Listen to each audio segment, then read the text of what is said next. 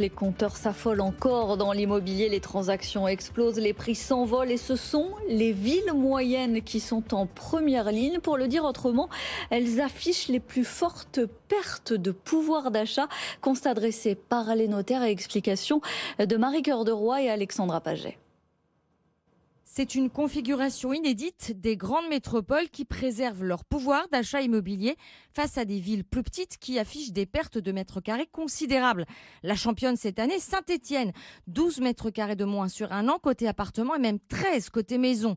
Reims, Grenoble, Orléans et Rennes ont également perdu entre 5 et 10 mètres carrés de surface achetable. Un phénomène que relativise le président du Conseil supérieur du notariat. Il ne faut pas grossir le trait. Surtout, ce qui est intéressant, c'est de se comparer avec d'autres pays européens. La France n'est pas si mal placée que ça en termes de prix de l'immobilier. Donc, ça reste quand même relativement maîtrisé. Aujourd'hui, en France, vous avez 82% des logements qui sont des résidences principales. 82%, c'est quand même beaucoup. Et 55% qui sont des logements individuels.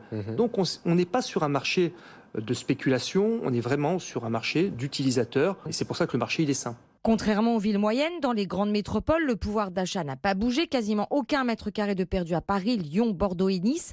Pas de pertes, mais des différences qui restent considérables. Pour le prix d'un 15 mètres carrés parisien, vous pouvez toujours frôler les 150 mètres carrés à Saint-Étienne.